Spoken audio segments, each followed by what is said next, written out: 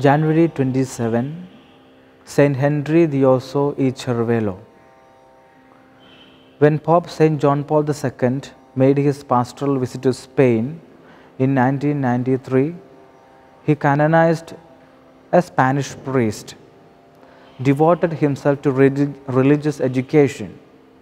He is the saint of the day, St. Henry the Osso Y Cervello. Spain has yielded many saints for the Roman Catholic Church over centuries. In the 4th century, we have St. Magin. In the 12th century, we have St. Raymond of Pennyforth.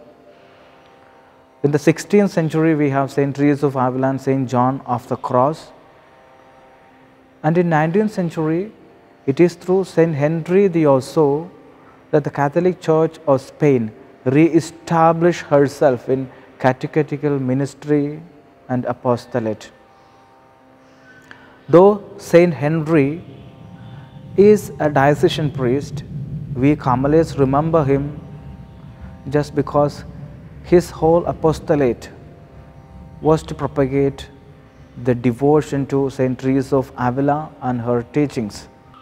St. Henry the Osso was born in Vinebre in Catalonia, Spain in 1840.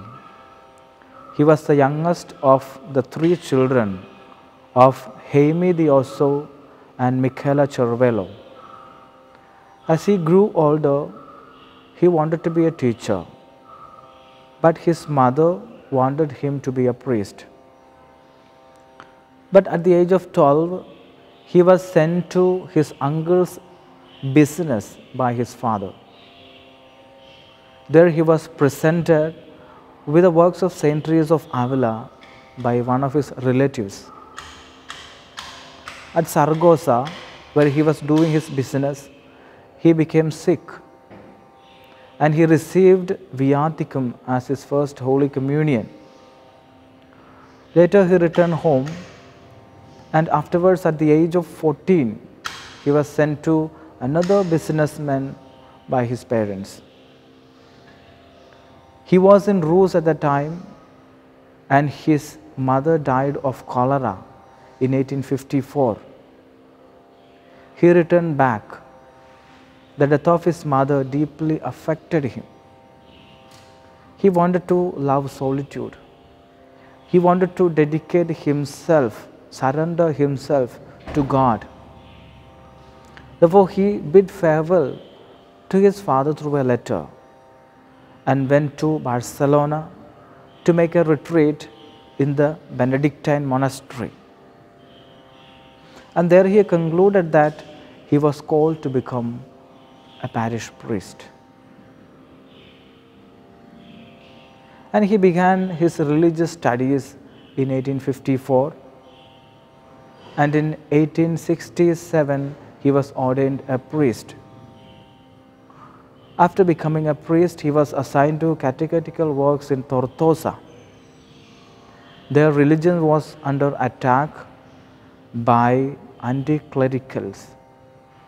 Therefore, he moved with caution and diligence that he propagated his ministry in families, among young and in children. In 1873, he founded Theresian Apostolic Movement, a lay foundation dedicated for the young. In 1876, he founded Josephine Brotherhood, which will give education for all. In the same year, in 1876, he founded Society of Teresa of Jesus. It's a congregation of consecrated women who dedicate themselves for the education and Catholic formation of young women. In a letter to the first sisters of this congregation, he said, "The aim of our congregation is to make each one of you another Teresa." He was also a prolific writer. He authored many books, including 15 Minutes Meditation. He also began a number of magazines, among which St Teresa of Jesus is one, through which he propagated the teaching of St Teresa of Avila and devotion to her.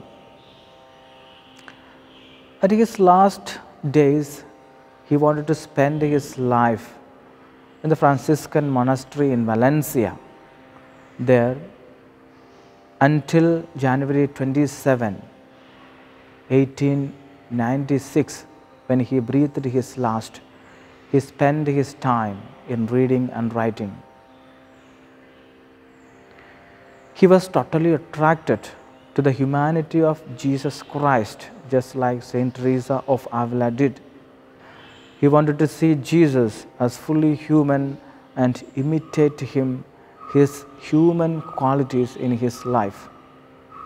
His plan of life was to engrave in his heart the words of St Teresa of Jesus, "Let the world perish before I offend God, because I owe more to God than to anybody else in this world."